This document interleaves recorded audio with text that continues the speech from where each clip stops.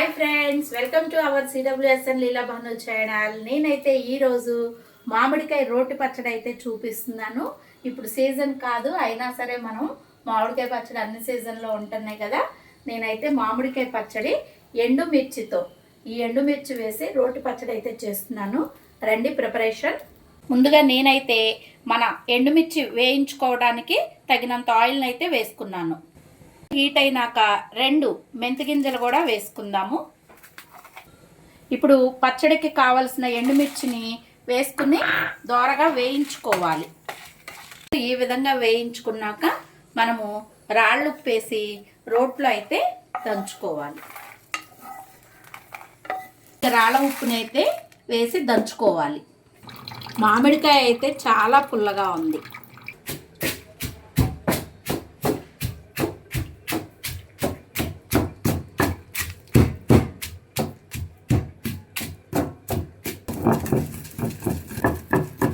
మామిడికాయలు దంచిన తర్వాత కొంచెం జీలకర్ర అలాగే రెమ్మలు వేసుకుని కూడా దంచుకోవాలి.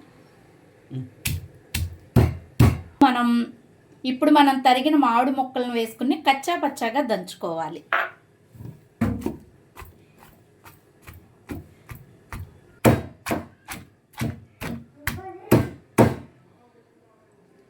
మామిడికాయ దంచి పచ్చడి కచ్చా పచ్చాగా దంచుకోవాలి. చక్కగా ఇలా కచ్చా పచ్చాగా దంచుకుని పచ్చడి అయితే తాలింపు వేసుకోవాలి. ఇప్పుడు మనం పచ్చడి దంచుకున్నాం కదా, తాలింపు వేసుకోవాలి. పచ్చెనపప్పు, ఆవాలు, జీలకర్ర అలాగే కొంచెం ఇంగువ,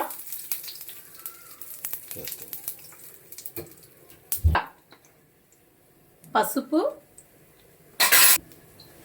కరివేపాకు. ఇప్పుడు మనం దంచుకున్న పచ్చడిని తాలింపులో వేసుకోవాలి.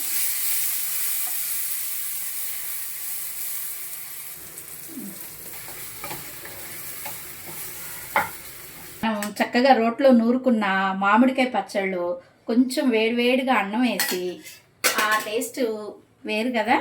నేనైతే రోట్లో అన్నం వేసి లీలా భాను వాళ్ళకి పెడతాను, చాలా బాగుంటుంది. మన మామిడికాయ పచ్చడి అయితే ఈ విధంగా ప్రిపేర్ చేశాను. ఎంతో కమ్మని రుచికరమైన మామిడికాయ పచ్చడి.